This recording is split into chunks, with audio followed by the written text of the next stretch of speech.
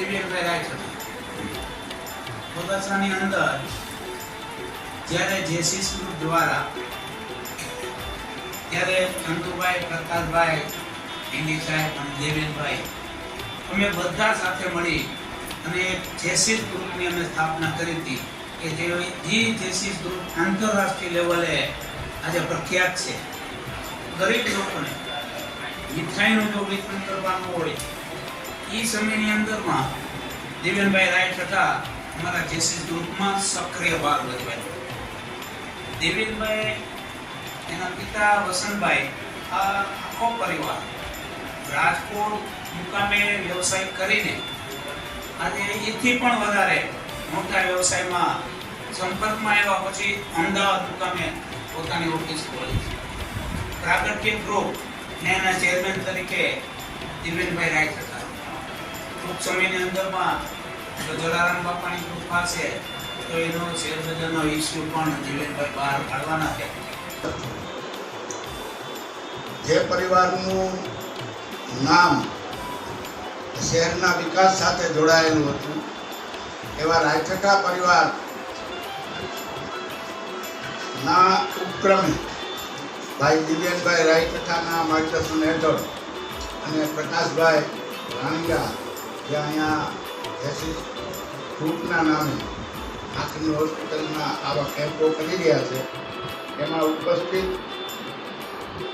ભાઈ શ્રી દિવ્યનભાઈ, ભાઈ શ્રી ચંદુભાઈ પંડ્યા, કાળુભાઈ, સૌ પ્રથમ તો હું જેસી ગ્રુપને 498 એટલે ખૂબ માનવામાં આવી વાત છે અને એને આગળ વધારવા માટે વિનુભાઈ જે વાત કરી કે 2 કેમ્પની જાહેરાત કરી તો જેસી જ્યાં સુધી બગસરામાં હોય અને મારા ફાધરને પણ એમની 24/11 દિવસની ભેટ છે તો એમના સ્મરણાર્થે મારી હયાતી હોય ત્યાં સુધી 24/11 એક કેમ્પ અમને આપે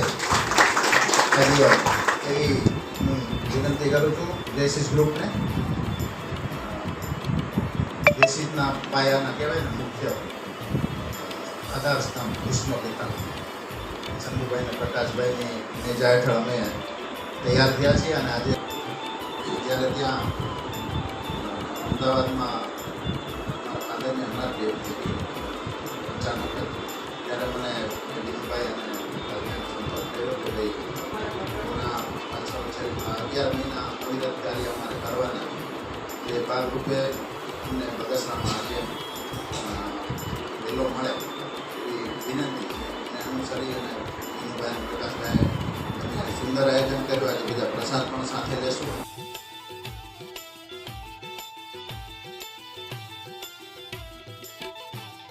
અને અવિરત પ્રવૃત્તિમાં પ્રમુખ પ્રકાશભાઈ રાણીંગા, વિનુભાઈ રખડા, ભાઈ શ્રી ચંદુભાઈ ડોડિયા તેમજ અનેક લોકોનો સહયોગ આજે કેમ્પ માટે હતો. તે સિવાય પણ અનેક ભગીરથ કાર્ય બગસરામાં ચાલી રહ્યા છે. બી અવનવા કામ સામાજિક લેવલે ત્યાં જે પણ નિહાળવાનો આજે મોકો મળ્યો તો આવા જ કેમ્પ બગસરામાં કાયમી ચાલુ રહે વર્ષો સુધી. અને આજે મારા હાજર વાત પાછળ લાઈફ ટાઈમ કેમ્પ થાય દર વર્ષે એવી મેં જાહેરાત કરી છે. અને જે જુનિયર ચેમ્બર જેસી આજે કેમ્પ બાદ સર્વે મહાનુભાવો અને દર્દીઓનો પણ આજે અને ખાસ એમાં કાળુભાઈ કેસરિયા જે મારી રાજકોટથી સાથે છે અને પહેલેથી આયોજન જેને સંભાળી રાખ્યું છે તો બધાને તેમની જ હવેલીમાં કેસરિયા પરિવારના ગોળધરના હવેલી આજે સર્વે વૈષ્ણવોએ પ્રસાદ લીધો. તે માટે કાળુભાઈ કેસરિયા, મુખિયાજી, દિનેશભાઈ જીવાણી તેમજ તમામ વૈષ્ણવોનો સહૃદય આભાર માનું છું.